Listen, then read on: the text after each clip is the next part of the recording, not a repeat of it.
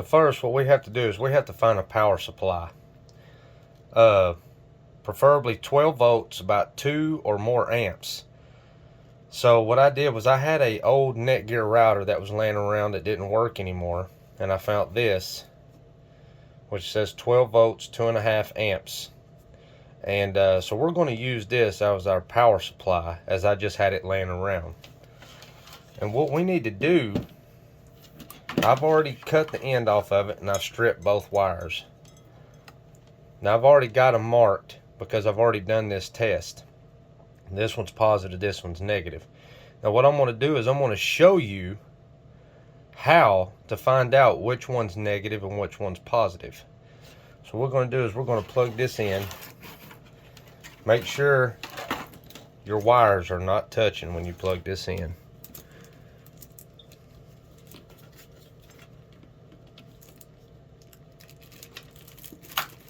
So I've got it plugged in.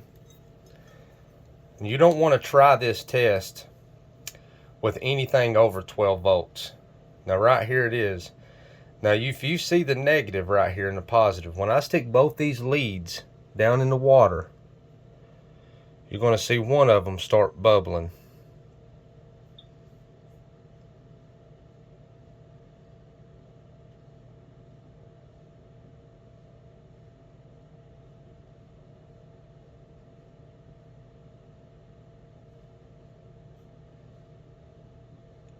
See how the negative one's bubbling? So that right there is our negative. I always want to make sure the one that's bubbling is your negative. So that's that test. Take them back out of the water. Make sure they're not touching. Unplug it. Once they're unplugged, they're good to go. So now, I know that a lot of people don't have soldering irons. So what I got was I got some of these gator clips that are crimp on. So we're going to crimp them on real quick.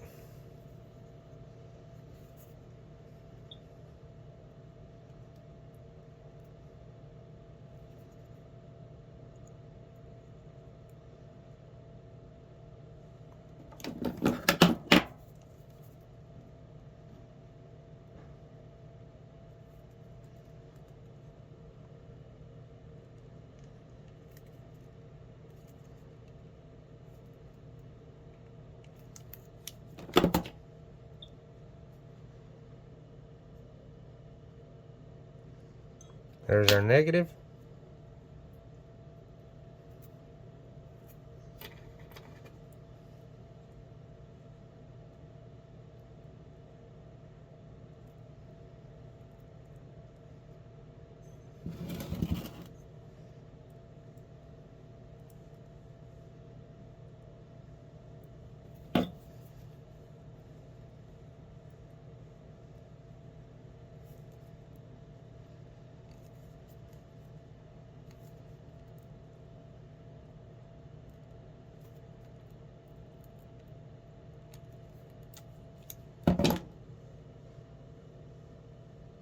And there's our positive.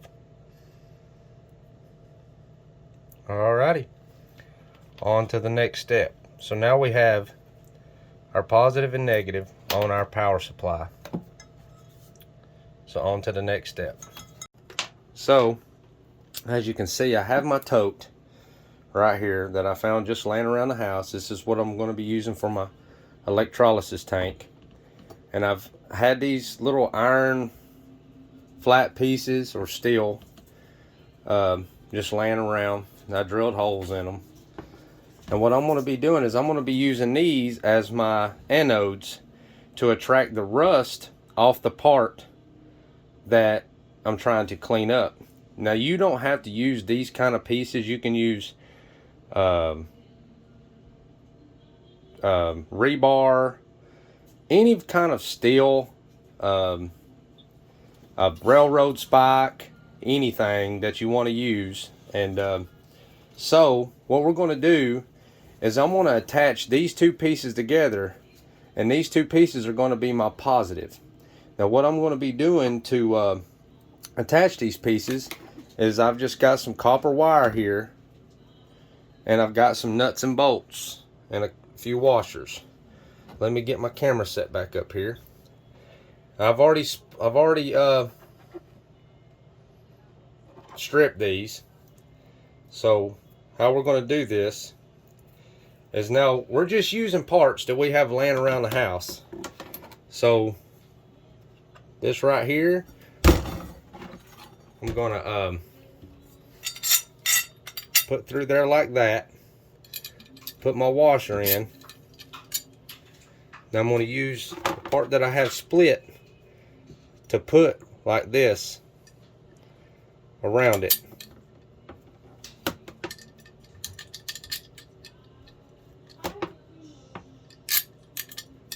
And we're going to put that washer up against it.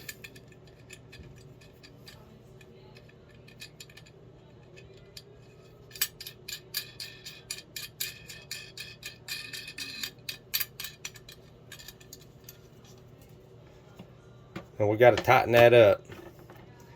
So what I'm going to use to tighten that up is, I just got some channel locks and an adjustable wrench. And so let me get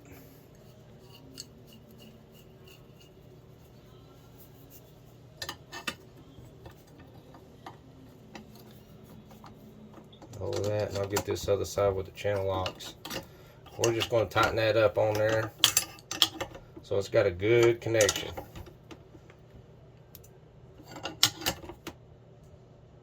Alright, there's the first anode.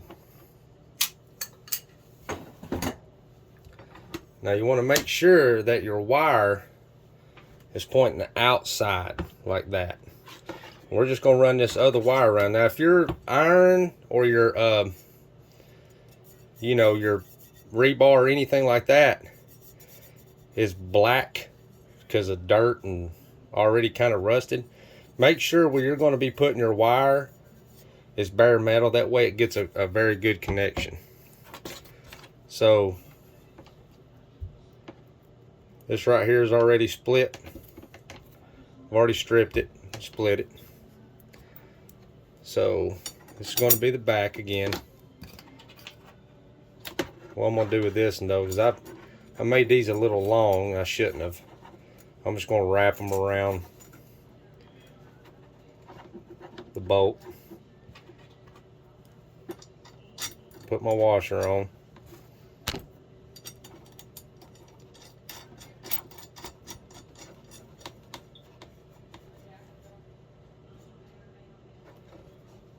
Get my channel locks again.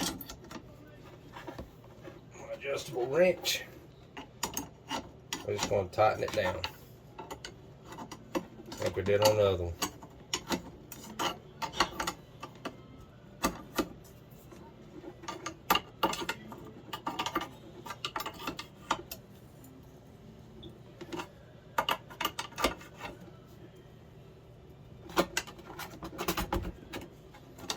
There we go.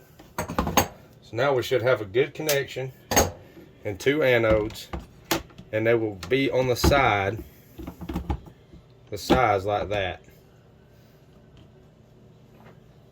just like that. And then whenever I make the negative part for our part, it's going to lay across the top like this, and it'll be right in the middle of both these anodes. So on to the next step. So the next step is to build your hanger that goes in the middle. And what I did was, I just found a piece of wood that I had laying around the house. I mean, it's painted. It's just some trim pieces that I used. Found it outside. And I had one of these laying around, and that's what I'm going to be hanging my part that I'm trying to clean from. And it's going to go right down in the middle of both these. As you can see now, down in there, there's plenty of space for it not to touch either part. And it's just going to be hanging from here. And the only thing I did was drill a hole, stick this through, put a nut on here, just to make sure it's not going to fall through. And that way you can always grab a hold of this and never touch this or these when they're electrically charged. You can just pull this up and kind of look at it, but always make sure that stuff is not plugged in when you go touching these or this. So on to the next step. So next step, this is what I have done, and this is what I'm going to show you. So the only thing that I did buy, and you don't have to buy it, if you've got a metal clothes hanger or anything like that laying around the house, you can, but I figured, you know, $2 at Walmart is galvanized steel wire. You don't want to put stainless steel wire in this water or copper or anything like that, because if you do, it will actually put off a gas, and which you're going to be doing this outside anyways. But if you do copper, it's going to make this green, nasty, white sludge stuff. So steel wire or aluminum wire will work perfect. Clothes hanger will work good. It's just clothes hangers are really stiff and hard to wire clothes hanger. So I went to Walmart and I bought this, which is $2. It's galvanized steel wire. And what I did was, I'm going to be doing the horseshoe and the little buckle. And I just wrapped it around both.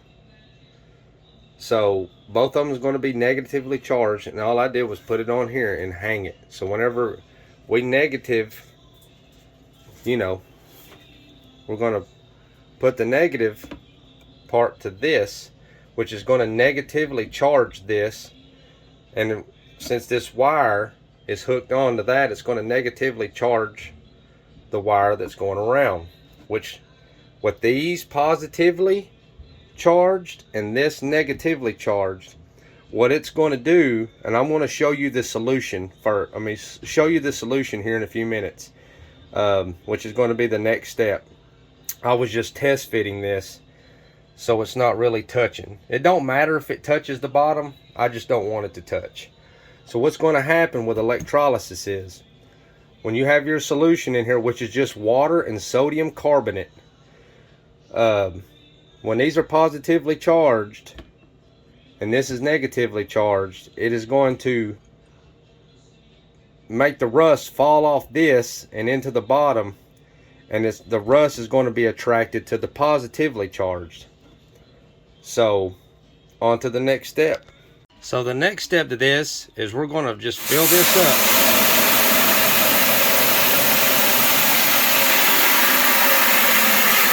With water.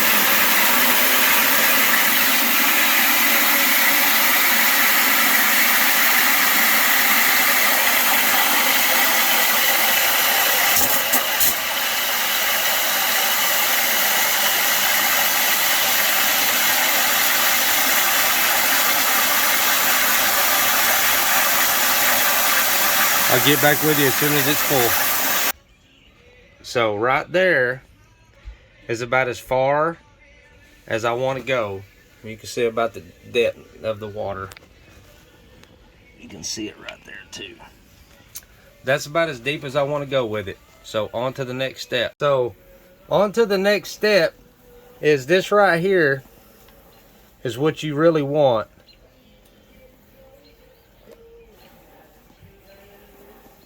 And it is straight sodium carbonate. And right there, sodium carbonate and water. You can get this at Walmart. It's $4. So I've estimated this to be about 6 gallons of water. So what you want is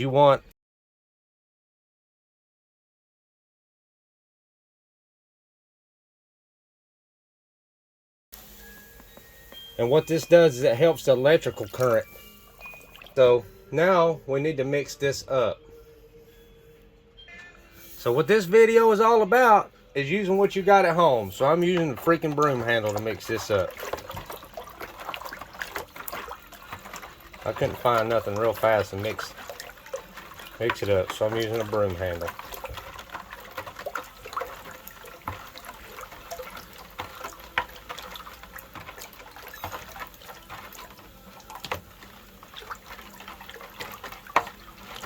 My estimate might have been wrong. I might have put too much sodium carbonate, but that's fine.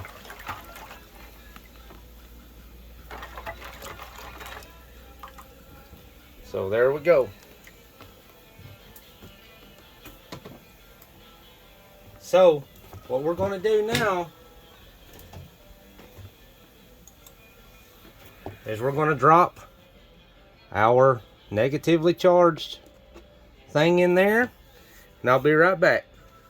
Alrighty, so here we are. We got our power supply, and you want to hook this up first before you plug it in. So positive goes to our anodes, as you can see right there. Put the positive on that, and I'm going to put the negative right here. So now we have positive, negative. So now I got to plug this up.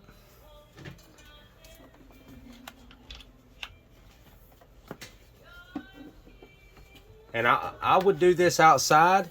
It's not necessary, but that's what I do, just because this stuff, I don't ever know what kind of fumes this stuff's going to put off or whatever. But once you plug this in, you don't want to touch this or that or put your hands in the water. And as you can see now, we're already starting the bubbles from the negative. Now what that's going to do is, here in a little while, you're going to see all this right here turn brown from the rust. Now, there's not really an estimated time limit, because once the rust is gone, it will actually stop doing that. It's not going to eat your iron up or anything like that. It's going to take care of the rust. Once the rust is off your part, it's going to stop on its own. So we're going to let this run, and I will be back to you whenever it's done. Stay tuned.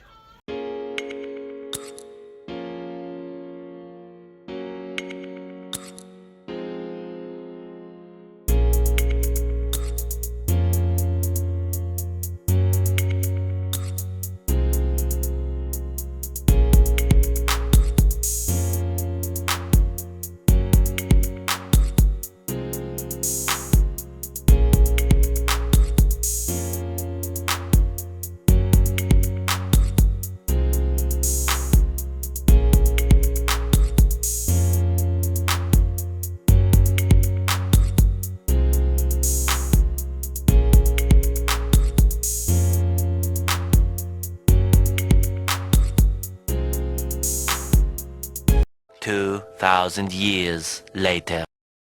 Alrighty, this is about a week later. You can see all the crud that's laying in the bottom and is actually attached to our anodes. So as you can see, most of the bubbles, still some bubbles coming off of it, but I believe that alright, let's brush some of this off so we can get cleaned up.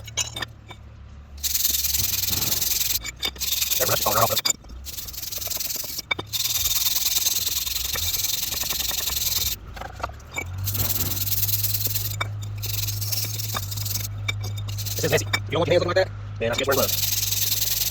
Get this down this part here. Take a lot of black stuff off.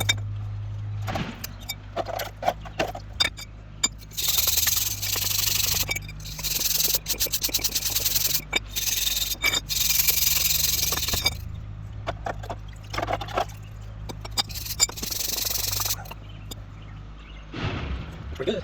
It's not rusty anymore. Alright, let's do this shoot.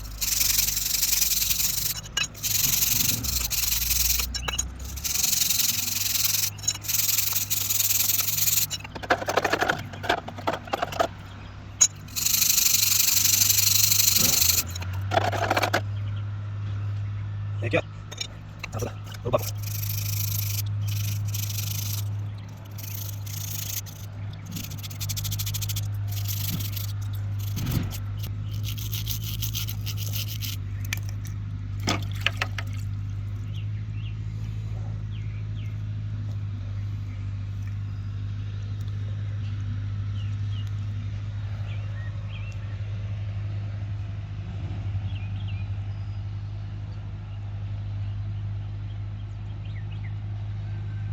Little buckle's cleaned up pretty good. No more rust on it.